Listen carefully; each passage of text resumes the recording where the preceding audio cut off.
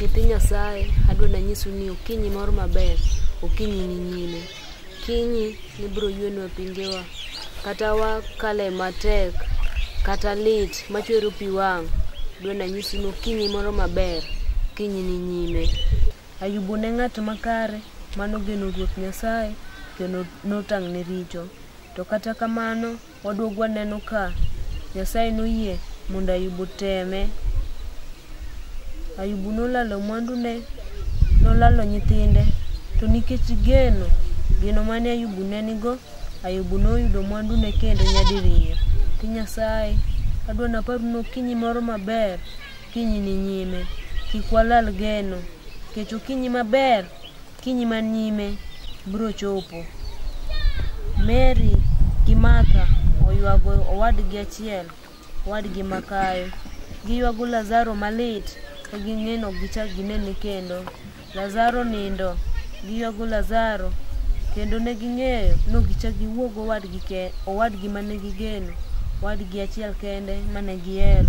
To okinyi moro maber, okinyi kanochopo, dong' Lazaro nochier.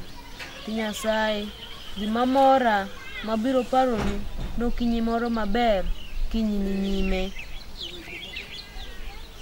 Jakobo ywak malit koywago wuode achiel, wuode mohero, wuode ma Josef. Okelne Jakobo lewni kotimo remo.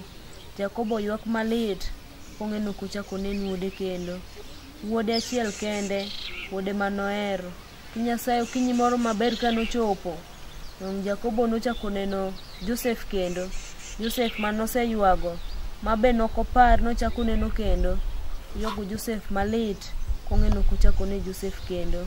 Nyasaye, okinyi moro ni nyime, okinyi maber, okinyi manwayude yweyo. Nitie gik moko mwaselalo e ngimawa. Gik moko nitie mawaselalo e ngimawa. To okinyi moro ni mbele, okinyi moro ni nyime, ma wabiro wachako wayude gigewa kendo. Nyasaye, nitie gik moko madung' e ngimawa. Okinyi moro ni nyime, ogini chak gidung' kendo. Kik wawit geno, nikech okinyi moro ni nyime. Wengewa mool biro ywenwa, wengewa mool biro neno Jawar, kendo tiendewa mool ne yud yweyo. Pi wengewa osechwer, okinyi moro ni mbele, okinyi moro ni nyime, mane yweno e pi wengewa. Mad maguro